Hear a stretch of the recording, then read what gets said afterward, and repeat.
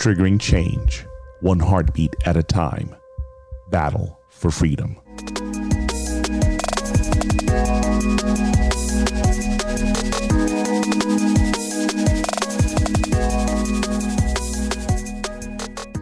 Hello, everyone. This is Watson Prunier from Battle for Freedom on Mojo 50 Radio, and I'm glad that you are joining me. Let's get this day started off, and let's get this day started correctly. Listen, this is Wednesday, and you know exactly what Wednesdays are. Major events taking place in our country right now, but I want you to go to my website, Battle4Freedom.com. This is how you connect with me. This is how you learn a little bit more about me. Again, streaming as not only on Facebook Live, iHeartRadio, but also YouTube right now. Go to Battle4Freedom.com, and you can share this out with as many people as you can. So listen, folks, we're going to get into this. Hear, O Israel, the Cindy Grosz perspective. And so share this out with as many people as you can, because we're going to get real. Major things, major events happening yesterday, and let's do this. Let's bring her in so that we can actually have this conversation with Cindy on the developments that have been happening in our country. So Cindy, how are you doing today? I'm doing better than I was yesterday. I really didn't feel well. I was going to go to DC, and if it wasn't coronavirus time, I probably would have gone, but I wanted to take that extra precautions right before my Jewish holiday.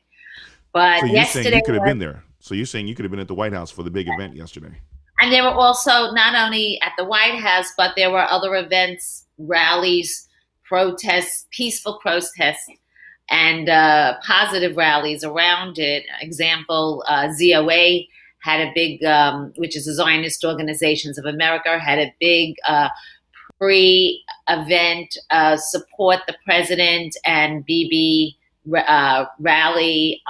There were other events, usually when there is something like so historic going on, organizations and leaders and meetings are set. And I'm particularly very proud because Ambassador Friedman, who was so instrumental in bringing this peace agreement together, it happens to be a personal friend who I know for decades and a neighbor.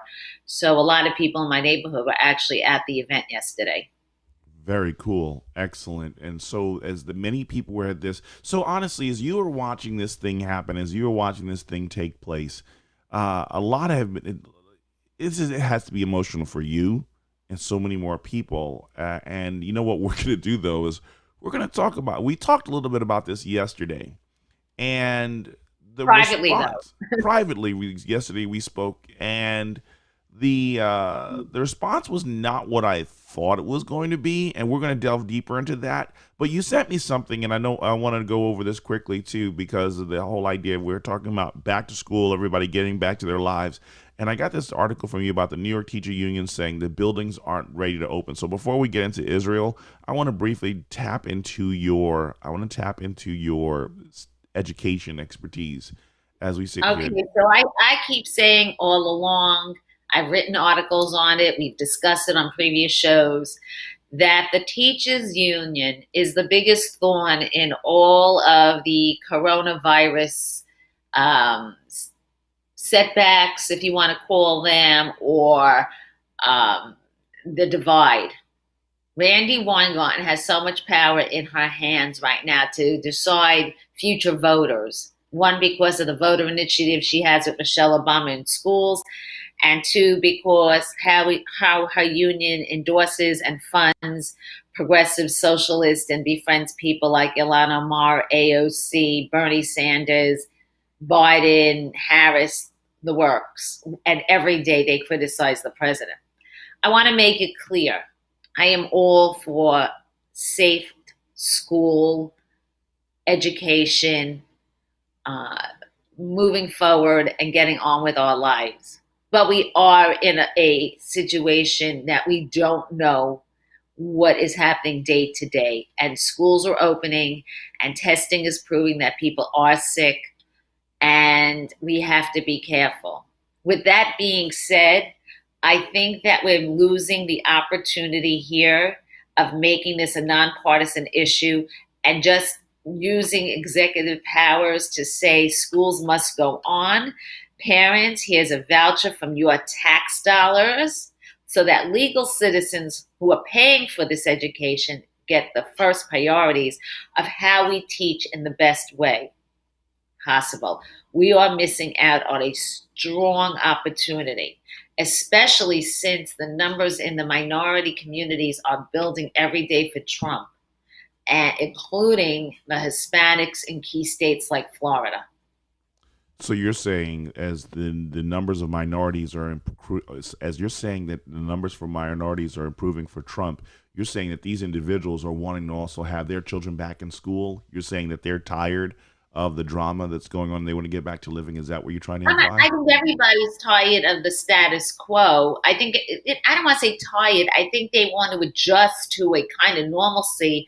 Most people do want to work. Most people do want to educate their children. Most people want to be able to do some kind of recreational activities safely. We can't deny that. But by the same token, we're missing a very big opportunity here with oversight of educational curriculums and with parents having their choice of how to educate their students. I don't want anybody to get sick. A bus driver, a security guard, standing by the streets, or crossing guards, teachers, administrators, students, parents. That is not the goal here. But the goal is not to sit around and shut everything down either. That was a mistake we made. We did not think it through, and we can't blame anybody because nobody knew what was coming and exactly how to handle it. Yeah. I mean, honestly, I think the language that I watch, Cindy, as they sit here talking about blaming the president, and you can see the timeline. The president tried to shut things down. He was called a racist and a xenophobic, and he tries to get things done. And they turn around and they're parading themselves around the country saying it's safe. But it was the president who was at fault. It was the president who hid information. Really? So let's talk about a positive of the president yesterday. Okay. So let's get into it. So yesterday was a very historic event. Okay. I'm not going to lie to you. Part of me, Cindy, had two emotions going on here. There was an excitement and there was an excitement, and then there was a fear at the same time. And I agree with you. So I think we should really break down before commercial and after commercial. Let's do the fanfare that everybody's on a high this morning on all the good. Go for it. You go for it. You just go there. Just share it. This is historic. In our lifetime, this is historic. And if it's true that another 7 to 9 countries are coming aboard, that means others will. I spoke to somebody who I trust in Israel, and they said to me that this is really due to the fact that Bibi and the president are so much alike. They are both such strong leaders and individuals and businessmen. The business opportunities between the UAE and Israel are tremendous because the UAE is the most successful, wealthiest with money and technology. And it's the perfect timing because like the United States, Israel has a coronavirus situation and the economy has suffered from it. So that's a brilliant part of it. The fanfare of what went on yesterday was tremendous. I would have liked to have seen more masks and more social distancing, which is one of the reasons I didn't feel it was, appropriate for many people to go. There were people there over the age of 60. There were people there who I know had friends and relatives affected by coronavirus. It would have been nice if they did have a little bit of more social distancing. They should have I said this about the Republican convention, when the president hosts an event like this, he should make up ceremonial masks commemorating the event and having people wear them. That's a smart move. Actually, that is a great idea in telling them, hey, let's do this, connect, and be responsible in this whole aspect, and also get yourself the way of promoting what the president was doing at the same time. So as you sit here and we watch this, so there are many key people who were involved with this, and actually I think it was one of the people that you shared with me, and I'm going to see if I can get his picture on here, is Ambassador Friedman. Who I mentioned earlier, yes. Yeah. So as you talk about what his role in this, and I see you taking a picture with him, and I don't know where this was exactly at. That's actually in a home in Jerusalem.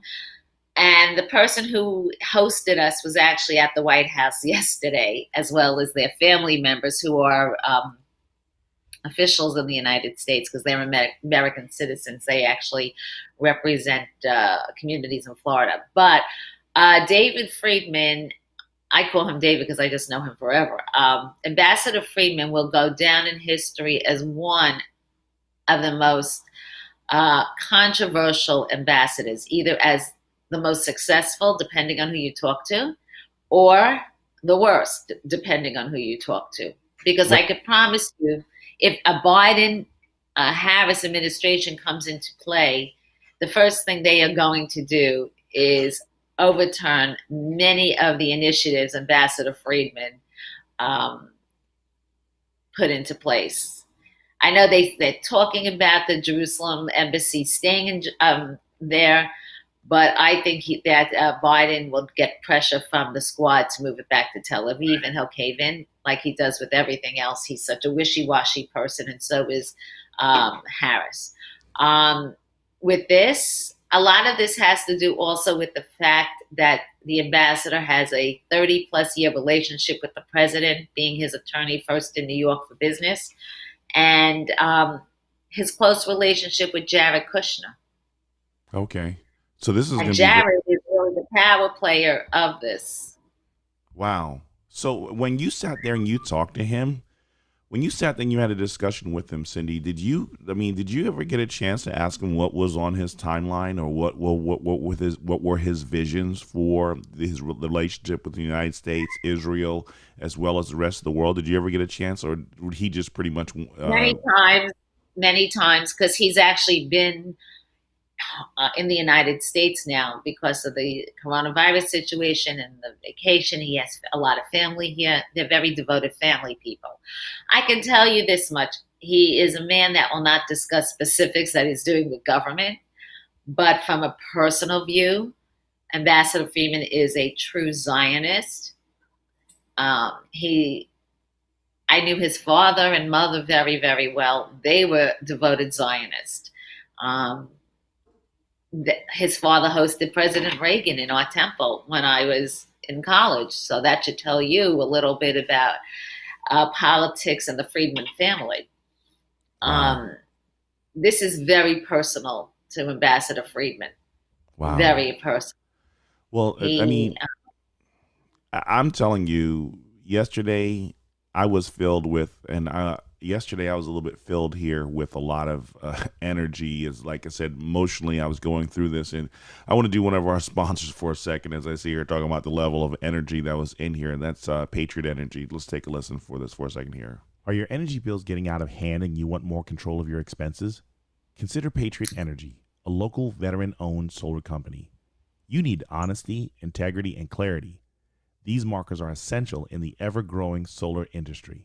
Call 602-721-6717 for a free quote. Tell them that Watson from Battle4Freedom sent you, and he's from Mojo 50 Radio. And that number again, 602-721-6717. Call Patriot Energy today. What can Brown do for you? Well, it's not the Brown that you're thinking about. I'm talking about Brad's Brown Bag. It's a combination of the best brown beans from Africa, Eurasia, and the Americas. Brad's Brown Bag is an unforgettably tasty blend. It's a special blend offered during American Pride Roasters factory shutdown. You have until Sunday, September 13th, before they end their annual reorganizing, restocking, and cleaning. All coffee offered and ordered through this promotion will be shipped out after the factory opens back up, which should be around September 14th, meaning that your coffee will be shipped around the 16th of September. Go to mojo50.com. Click the donate button at the top and make a donation of $25 per bag. This entitles you to a free 8-ounce bag of coffee for every additional 2 pounds you order at AmericanPrideRoasters.com. They are the official coffee of Mojo 5 Radio. Do this, and to understand this, take advantage while this limited time offer is available to you. American Pride Roasters, go there today. So go there today, and just so you math experts, they extended it a week. They extended it 7 days. So you still have a chance to get it. I know I didn't update my recording. Please forgive me. Be kind, be gracious, but get yourself coffee. Actually, when I was playing the Patriot Energy commercial, I was inspired to do the one for the coffee because of the fact that Cindy was taking a swig of her coffee when, or there might have been tea. I don't know what you're drinking. I don't know what your beverage is early this morning. But I'm taking interviews all day today, so it's coffee. Say you have meetings all day. I'm going to get into an important piece that we discussed that is not being discussed enough. Okay. And that is, we talk constantly about the Asians for Trump, Latinos for Trump, Blacks for Trump. The one question a lot of people are calling me to answer is yesterday's event going to have an impact on the Jewish vote for Trump? Okay. And I think that, number one, there's been very little media attention on the event. In fact, if you look at a lot of the fake news outlets, they're more concerned about the people there not wearing masks rather than the impact of the event itself and the facts of the event, what led up to it, and what implications it has. But it was very interesting that on Monday, not one, but two polls came out and discussed that with everything President Trump has done for Israel, whether or not it was the embassy move or the multiple legislations that have been passed regarding fighting the boycott, BDS movement, boycott, divest, and sanctions movement, or all the money and aid. And people don't understand, it's not just aid that goes, there is an exchange. Nothing in this world is free, and America and the United States gets a lot of, I don't want to say money, but a lot of products and a lot of advantage to having the deals go the way they do as well. Having that ally in the Middle East that they have, the only democracy among a volatile area, is very key strategically. But will this make an impact? And we found out Monday from not one but two major polls that the Jews really have not moved at all in their voting in 2016 for Hillary Clinton versus Donald Trump. And people keep asking me why, and why yesterday probably won't have that kind of an impact. So you're saying, so hold on a second here, because I have one of the graphics you gave me. I want to kind of actually share with everybody as we sit here talking about this. And this was, it was this one here where you're talking about the Jews for Trump. I'm just going to overlay this for a second here. So you're talking about, you're saying that we're not getting the excitement. We're not getting the push behind, especially even in New York. Oh, wait, no. That's the Jews for Joe. I'm doing the wrong one. So this is the group that I started grassroots because I didn't see anything really coming from the Trump team, despite the multiple meetings I've had with key strategic campaign advisors. So just from a simple email, we have Zoom meetings coming up with congressional, senatorial, even Janine Pirro's coming on to discuss her new book about and also discussing being a proud Zionist. But especially in blue states where we're falling apart, Trump, maybe he'll get some help, but most Jews are registered as Democrats. Most Jews are still under the mentality that we have to help everybody, and the party that helps everybody is the Democratic Party. After all, the grandparents, their parents voted for FDR, and John F. Kennedy, even though we found out years later their families were not so wonderful to the Jews. But why isn't something like this being hailed as a pro-Jewish, pro-Israel impact on voting in November? And there are a couple very, very serious issues that are tied to it. Number one, American Jews today don't have the allegiance to Israel they once did. Many of them do not remember people like Hubert Humphrey, the senator, who actually spoke about freeing Jews from concentration camps and what impact that left on him. And a lot of Holocaust survivors are no longer here to discuss that and the birth of Israel. So that's a big issue. And our classrooms don't teach accurate facts about Jewish history, Israeli history, showing maps of Israel accurately. So that's a very, very big issue. We have younger generations that don't understand the historical, the legal, the economic, and the emotional ties to Israel for every religion, not just Jews. The second thing is that there is this myth that every religious Jew is a Republican and every non-religious Jew is a Democrat. Okay. And no matter how many times I've had this discussion with people very high up in the Trump campaign, they don't seem to understand that or get that. There are many people who were at that event yesterday that are not supporters of Donald Trump and the Republican Party.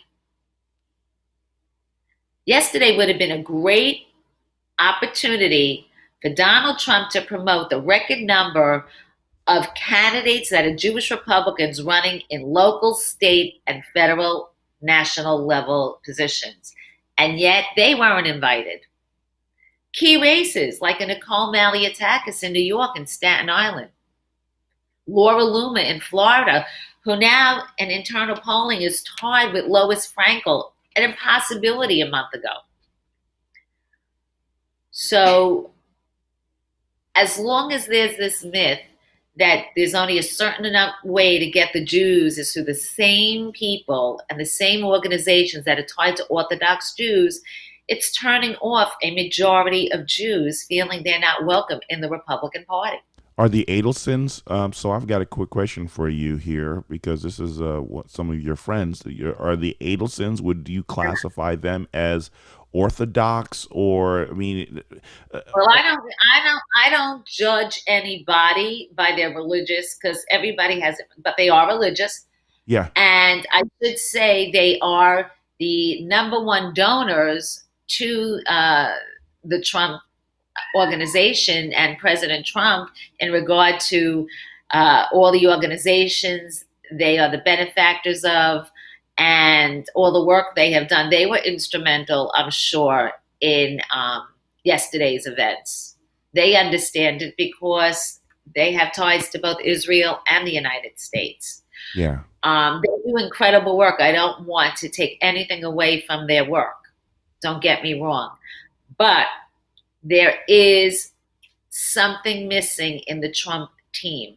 Okay. When they made Black voices for Trump, when they made Latinos for Trump, and women for Trump 2 years ago, a year ago, that's when Jewish voices for Trump should have started.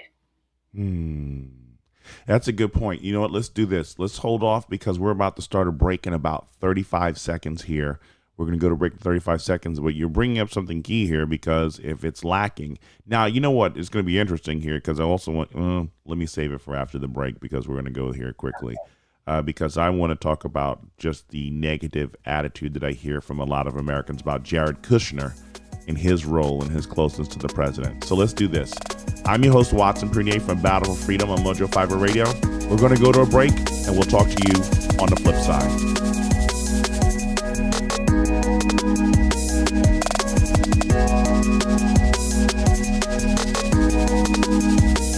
This election will be vital to the health and sustainability of our country. Our role from this day on could steer the election in either direction. Why? The way we treat one another. In John 13:35, Jesus says, "By this all people will know that you are my disciples, if you have love for one another." We know that every election cycle brings out the worst in us. If there was ever a point for honesty, it is in how we act during election season. As much as we would want our candidate to win, attacking a person with contrary opinions only makes them determined to reject our point of view all the more. It may come off as ignorant from them, but we cannot claim innocence if we allow arrogance and disrespect to be the means in which we communicate with those who support the other party or other candidates. Our goal was and will never be to convert voters. Our role is to give them the information needed prior to them casting their vote. It is their choice and right of what they do with that information. Understand, more people are aware of the political corruption and hypocrisy than they wish or want to admit. So there's nothing for us to prove. Choose to be people who invoke change rather than people who irritate and strain. Dale Carnegie once wrote, "A man convinced against his will is of the same opinion still." In other words, give people the room to make their own mistakes. Without seeing that they were wrong, they would be blind to see what is right. Remember, every soldier present and gone have fought for the right of every American citizen to vote their own conscience. To insult and ridicule people for exercising their liberty to vote for their candidate is to also desecrate the efforts, memories, and sacrifices made by our heroes for said liberty. Please, show respect. Our nation depends on it.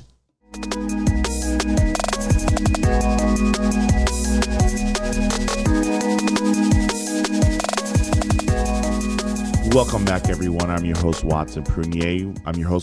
From Battle4Freedom on Mojo 5 Radio. It's Wednesdays. We have Cindy Grosz, and we're going to continue talking about Hero Israel, the Cindy Grosz perspective, because yesterday was historic. I'm not going to lie to you. I was emotional. I don't know if it was a midlife crisis, but my emotions were fluttering as I'm trying to make sense of everything that was taking place. Before we continue with Cindy, I just want to share with you a couple more sponsors, and then we'll get back into the content. So hang in there. We're talking about this, and we're going to have a great time. First one is New Life Holistic. Does your mind seem like it often shuts down before it even starts? Sounds like you need to detox to improve your health in body, mind, and spirit. I'd like to tell you about New Life Holistic. It is an amazing therapy process that uses neurofeedback and biofeedback for many issues that ails everyone. New Life's method and approach to health, balance, energy, and vitality is what sets it apart from anything you have experienced ever before. Call 1-833-4-BIO-LIFE and tell them Watson from Battle4Freedom had sent you. One more thing. Give them the code MOJO50 and save $50 off of your first session. The consult is free. New Life Holistic. And not only New Life Holistic, I want you to consider cat coolers. Got to do some strength in the cat coolers. Check this out. When the world is going to hell in a handbasket, you need rugged. You need strong. You need durable. You need cat coolers. These are the best coolers on the market in 27, 55, and 88 quart. Go to catcoolers.com and give them the code Watson to save 10% on your purchase. Don't settle for those substandard containers that melt, leak, and destroy your memorable moments. Tell them that Watson from Battle4Freedom sent you. Cat Coolers. You know, as we sit here and we're going to bring back Cindy here. Listen, folks, Cindy, it's pretty funny as I was listening to that noise or that sound clip that I used from there. For a second, I was like, it almost reminded me, I watched a video of someone playing the shofar the other day, and I was like, what? Is this shofar? I wanted to make sure it wasn't the same sound, but... no, not at all. Well, it was interesting because... I really should share with you, Sunday I baked my pomegranate challahs and my honey cakes. I'll send you pictures in the next commercial you can share as a closing. So we will have a sweet year. But Picture. I want to I want in package, not pictures. I want package. okay, you got it. You send me coffee, I'll send you cake. Yeah, you got it. Okay, so listen, before we get into we're coming to the break, we were going to talk a little Sorry. bit about Jared. I Sorry. think you had a couple things you wanted to share I before have, we get into it. yes, Let's I have go. 4 bullets that are key to the Jewish vote and why I don't think at less than 50 days to the election you're going to get a bigger change in the Jewish vote. Okay, go ahead. Number one, the myth that all Jews are rich. Not every Jew is rich. And a lot of Jews can offer grassroots volunteerism, go door to door.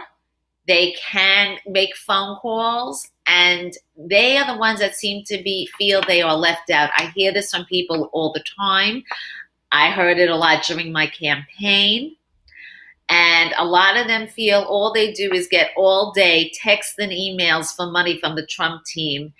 And even if they vote for Trump, the enthusiasm for a Trump Republican ticket down the line is not there. That also has to do with the swamp that's running the campaigns on statewide and county levels. We've discussed it a lot. We saw it a lot. And next week, I'm going to have a major exclusive for your audience that's going to knock them out of their chairs. That's going to be breaking news. But just what is going on from Republican leadership behind the president's back. And a big part of that is in blue states where Jews live.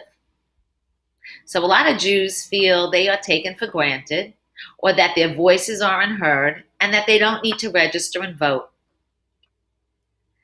And the final thing I want to say is why, if you think yesterday is going to have an impact in the Jewish vote, I will say that Jewish names like Bloomberg giving $100 million to Florida and having leadership like Nadler, I don't understand why, with what's going on the Upper West Side of New York, you don't even know the name of the girl who's running against Jerry Nadler.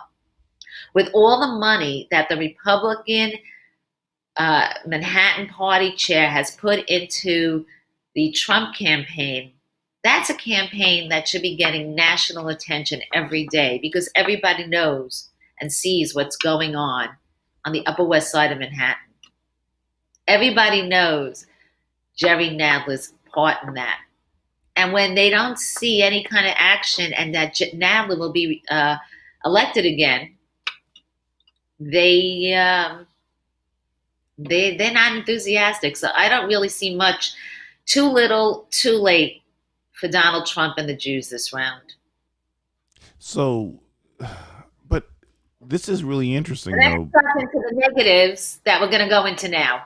So this is really interesting because you would think as much money is being lost. See, what people don't seem to understand, and I thank you for the very first point that you shared. But that's a major hurdle, Cindy, that has to be overcome in America. There has been a lot of anti-Semitism. I remember working in a restaurant more than 30 years ago and watching the mentality, about 30 years ago of them, the Jews have all the money, they run Hollywood, they run everything. And that's a language that's woven into, I think I've heard that language more than I've heard the quote unquote racist, anti-black mentality in this country. You're talking about a level of hatred and seething disgust that has been that is allowed to be fester in this country, allowed to fester in the minds of countless individuals. And these are individuals who do not want to take responsibility for their own actions, for their poor decisions that puts them in a position. And it's a disgusting, it's a huge hurdle that needs to be climbed. Even as I talk about with Jared. I mean, with his closeness there, and everybody's freaking out, and I'm watching people. I'm like, what's your problem with Jared Kushner? Now, I don't know everything there is to know about Jared, and he's the president's son-in-law. But at the end of the day, though, everybody's supposed to have a chance. They're shutting him down, and I'm trying to understand. Is it in the anti-Semitism, Cindy, that I've talked about that's running rampant in this It's part country? of it. It's a big part of it. It's also the idea that he's never held a job within government. But I understand, why is it okay to Hunter Biden to make billions of dollars and it's not okay for Ivanka and Jared, who don't take a salary, to work with with the government? Can you imagine if John F. Kennedy did not have Robert Kennedy as his attorney general? Hmm. Can you imagine what it would be like if the Bush family wasn't so close together? Yeah. Can you imagine what if Franklin Delano Roosevelt would have been without an Eleanor Roosevelt, who was his feet in many ways? Yeah. Critical person So in his it's the life. same kind of idea, and it's before the Jewish holidays, and we're supposed to reflect on good, and we're also supposed to not speak ill of people, or what we call lashon hara. So, as far as Jared, time will tell if this is going to be a success or a failure. We've got to give it time to see.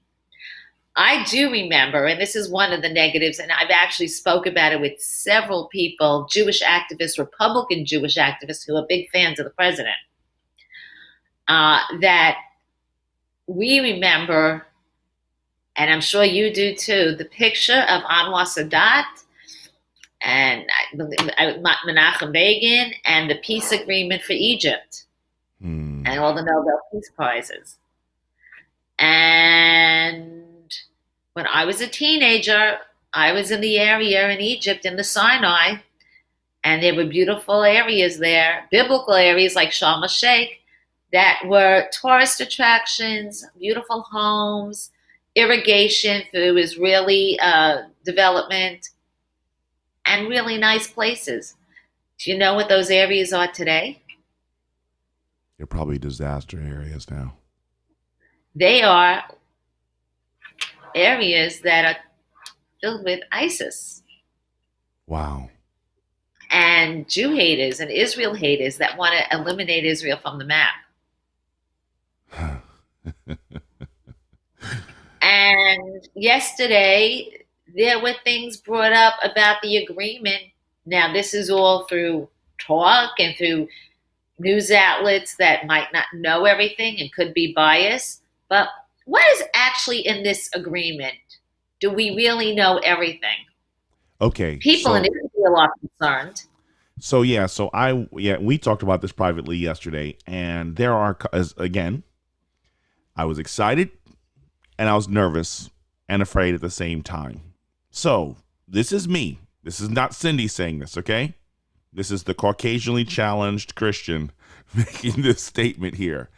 My concerns, and one of the things that happened was, as you're watching this historic event take place, and you basically have the first person from the United Arab Emirates, he speaks, and in the first 30 seconds of his speech, he makes the comment of, "Thank you, Minister Netanyahu, for ceasing to expand settlements." And I was like, what? I don't recall. Okay, so this goes with what Cindy is asking here. What's in the thing? What's in there? And then Cindy brings up, but there was another statement that was being made, and I guess I'm still trying to wrap my mind around everything being said and trying to calculate everything being said here. She said that the gentleman from Bahrain said something along the lines of a Palestinian state. So, as I sit here and I'm trying to weigh this thing out, and again, Cindy uses the great example of Egypt and how you had a platform, you had a place, you had a location where we assumed that there would be peace, but we know that there was no peace. So brief and entertain me, folks, as we sit there, as I go to my Christian roots and I talk about the end times. And this is the nervous side of me, because the Bible says that there is this guy who's going to bring peace, when there is no peace. So using Cindy's example and extrapolating and carrying the one, we come to this aspect where I'm kind of concerned. And this Cindy and I talked about this yesterday.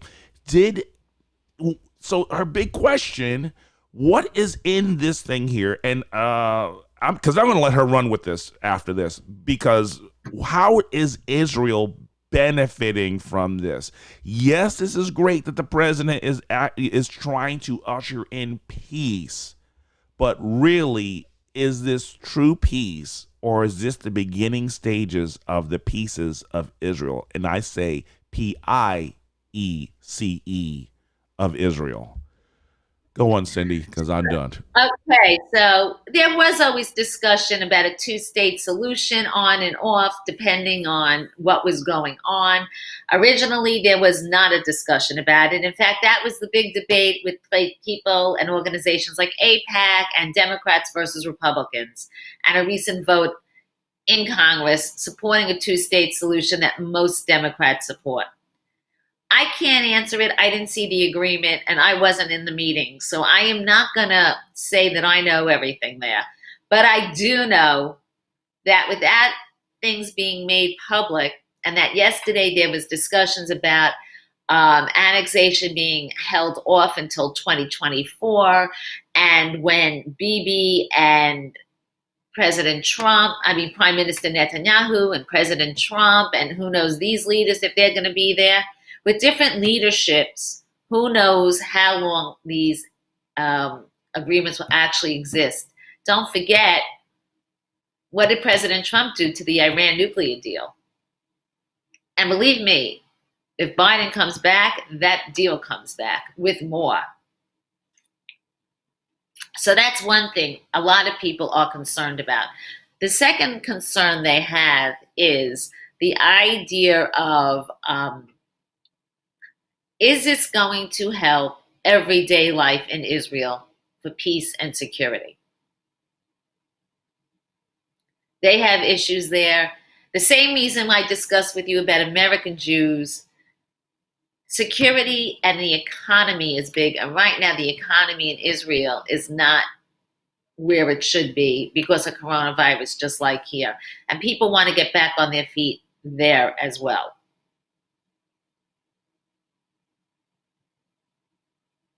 Hello? I lost you. Yes, thank you. So, you said something about that, Cindy, and about the whole idea of the economy, coronavirus. I guess I've been living in a bubble, and I need you to elaborate a little bit more on the coronavirus, the economy, and from what you're hearing about what's affecting Israel, because I maybe the areas that I've been watching the news just don't want to cover it, and I've just been living in a bubble. Please elaborate a little bit more on that. Well, based on reports I heard, that the past couple of days, one day they had over 5,000 cases of new coronavirus. That's not to say that it's all about death, or that more testing, of course, has more results, but coronavirus has come back, and there is a lockdown starting, I believe, on the 18th. And people are very upset because it's in the middle of our Jewish holidays. But I know for myself, where I live, the coronavirus numbers have spiked as well. And I know my family's taking extra precautions. I can't say everybody is, but I'm limiting myself again, and I'm stocking up on things, and I'm saying no to invitations.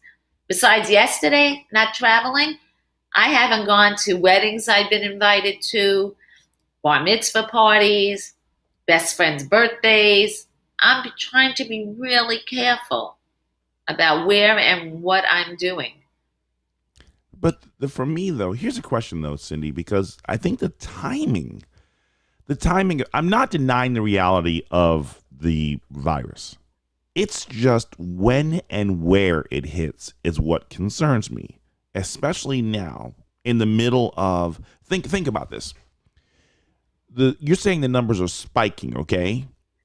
We are now like on the downslope of the curve that they had to flatten.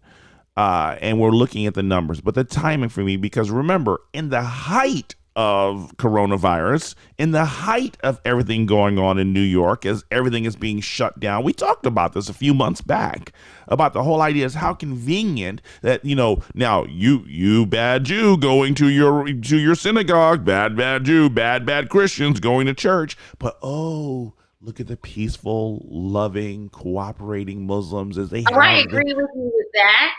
I totally agree with you, but I can't control that, and I'm not going into that. But I can control if I'm going to be sitting next to two people around me not wearing a mask. Well, yeah, that's Or, smart. I mean, I'm looking out for myself. You can look for, we've discussed it. There are creative ways how to make a living. I mean, I'll give you a great example. It's not the same as being there, but this week is New York Fashion Week. And yesterday and today and next week, I am going to be talking with designers, interviewing designers, getting exclusive clips of parts of their virtual shows. They're actually, a couple of them are putting together for me a little exclusive video so that we could actually promote Spring Summer 21. So that's creative. That's not sitting around. I know so many people that have thought of creative ways to be at home. And believe me, this has affected my family a lot because of the businesses that my family's involved in. Plus, I ran a political campaign at the height of coronavirus, where I could not meet candidates. I'm sorry, constituents and potential voters for me. I could not really fundraise. And I had to think of creative ways, and that's the name of the game. A lot of people are going to rethink going back to coronavirus, but I could tell you in New York, coronavirus is not the real thing to be afraid of right now. It's violence, looting, potential rape, murder, gun violence, knives, weapons of all kinds, suicide from depression, you name it. Those are the real issues. And that's not on the hands of Donald Trump. That is on the hands of Andrew Cuomo, of Gavin Newsom, of Bill de Blasio, of Eric Garcetti, of the people who run Chicago and Illinois. That is really more on them than on President Trump. And it has nothing to do with what happened yesterday. Me, if I want to take an extra precaution, I'm fortunate enough. I have my mother alive. We know what happens to elderly people. My mother-in-law is in a nursing home. My husband, last Sunday, it was the first day he was able to see her since last January. And it was for an hour, and it was very restrictive. So, when you share that, and you bring up excellent points here, and I think that there has to be a level of responsibility that we have in the midst of all of this, and we do the best we can to protect individuals. I think that we need. I want to wrap this the right way. We've got to come up with a better system, a better plan on trying to put an end to all of this madness and craziness. And I just think that the systems in place aren't perfect, and they aren't the best solution to help us move forward. But one of the things I don't want to forget from here, though, is as you sit here talking about, family, as you sit here talking about taking care of yourself, as you sit here talking about the monumental effort that took place, and even as you share the numbers and the concerns that we're not seeing a number of people within the Jewish Hebrew community who are pro-Trump, or not even, it's not, and you know what, I want to even say the idea of it being pro-Trump. I want to go with the whole idea of pro-liberty. I want to go with the idea of pro-freedom. I want to go with this whole you can't idea. say pro-freedom because Democratic Jews think they're fighting for freedom. Yes. And that's my thing is, like, as they sit there and they say that they're fighting for freedom. Okay. And I'm sitting here and I'm watching everything that's taking place as I sit here and I look at the news over the last especially during former President Barack Obama's administration. As I sit here watching the Jewish community being attacked, when you had the young kids doing the knockout game, when I sit here and I watch and I look at, the number one point that you had earlier in the anti-Semitic rhetoric that basically says all Jews are rich people and everything like that. There has to be. We have the media doing everything that they can to rain down on America. You must accept Black Lives Matter. We have this whole mentality. We must take care of the immigrants. And you know what? And it's like, and I'm sitting here thinking, I'm like, and you said earlier, where is the care? Where is the concern for the Jewish community? Because one of the questions you said we talked about this privately yesterday. What needs to happen that the needs of the American Jewish community are met so that when they go to the polls, they can clearly see who is trying to help them out and who is trying to hurt them? I think it is clear that they can see who's trying to hurt them now with the physical violence that you were talking about earlier. That's good. That they don't. They're registered as Democrats and they vote. They'll vote even in New York. You're going to get a Trump, and then down the line, Democrats. We're going to be losing. I've been in contact with people who are very involved in Albany, New York. We're going to have a record number of Republican losses in the Assembly and State Senate. We're going to have a record number of losses in the congressional area. Even people, sure thing, I'm hearing stories that Lee Zeldin is in trouble. I'm sure he'll come through, but even a Jewish Republican congressman from Long Island is in trouble. And he's running against a Jewish woman who's a scientist. But Cindy, so explain to me, what are we missing here? I mean, it just can't be it can't just be the media. It's probably the same thing that Oprah Winfrey's missing and that all of Hollywood's missing. They're just used to the entitlement mentality of accepting things and feeling like Jews aren't physically different looking. You can walk into a place and I walk into a place, and because of the color of our skins, we're treated differently. A cop car, I hear this all the time, looks differently at people, or unless they look at a nose or whatever, they're looking for horns. I mean, people still tell me Jews have horns, but besides that, an Asian person looks different.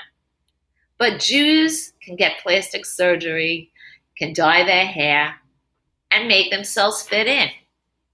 If there's an intermarriage of a black and a white person, that child is going 9 out of 10 times reflect both backgrounds, and you'll see some of that assimilation.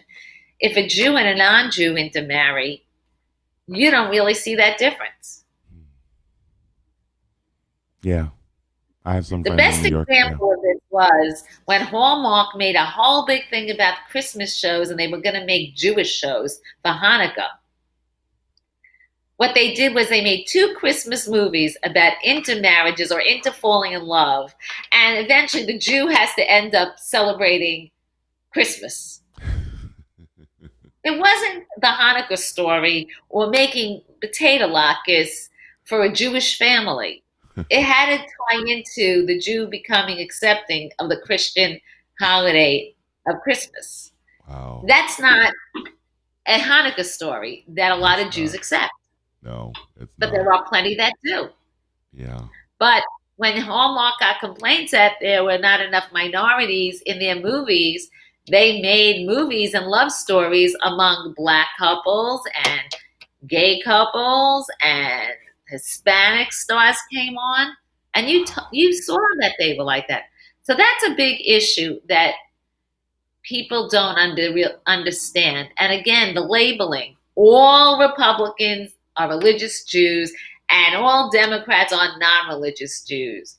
Mm. That's not true.